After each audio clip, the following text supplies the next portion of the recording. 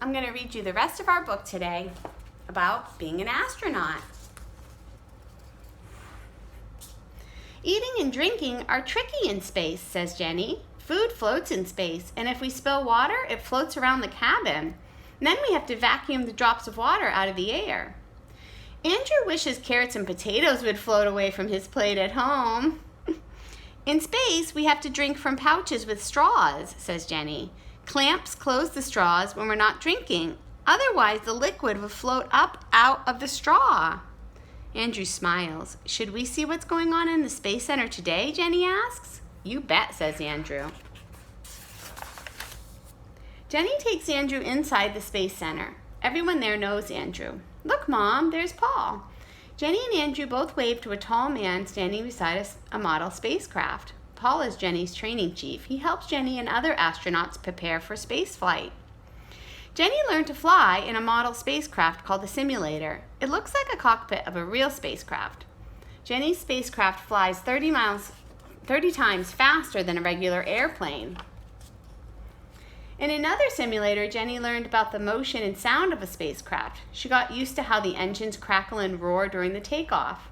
What does the Earth look like from space? Said Andrew. It's so beautiful, says Jenny. It's like a blue ball with white clouds moving around it. Through the clouds, you can see the shapes of the continents, and you can even see the land where the land meets the water. Everything looks so small. Come on, Andrew, calls Paul. The robot arm is free. Andrew loves seeing the robot arm work. The robot arm of the spacecraft takes things from the craft and puts them into space.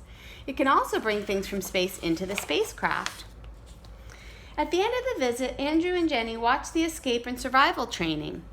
All astronauts must know what to do in case of emergencies. They practice escaping from the craft and landing with a parachute. Andrew knows that his mom and the other astronauts are prepared for just about anything that could happen in space. Mom, does your job have a special name? Asked Andrew. Well, yes, I guess mission specialist is what you would call me, says Jenny. Before I was an astronaut, I was a doctor. On space flights, it's my job to check the other astronauts to find out how their bodies work without gravity. That will tell us a lot about how people could live or work in space. Jenny already knows that people grow in space. Without gravity, the many small bones that make up a person's backbone don't press down on each other. They float apart a bit and make people stretch out taller. Astronauts often can grow 2 inches in space, but when they land, the gravity pushes them down again. Sam is another mission specialist on Jenny's space team. He studies ways to make new medicine in space.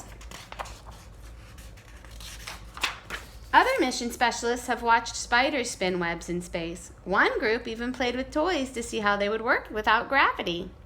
I know what experiment I'd work on, said Andrew. I would try to figure out how to keep whipped cream from floating off my hot fudge sundae.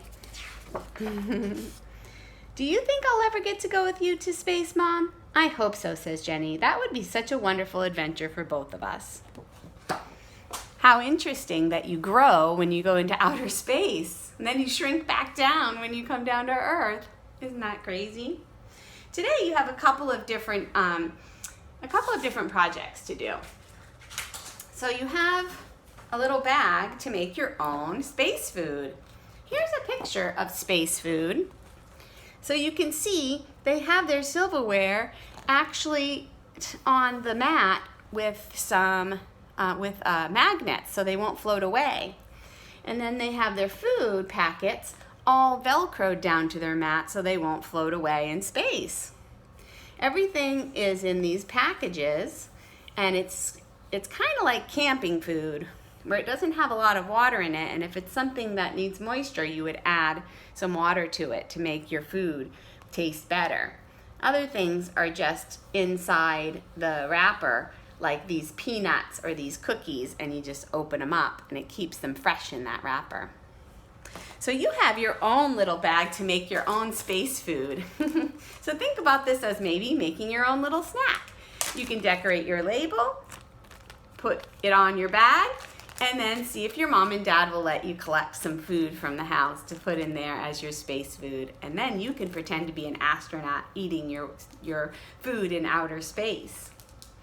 You also have a paper that says, I discovered this planet. It is called Here is where you get to draw a picture of a planet made up by you.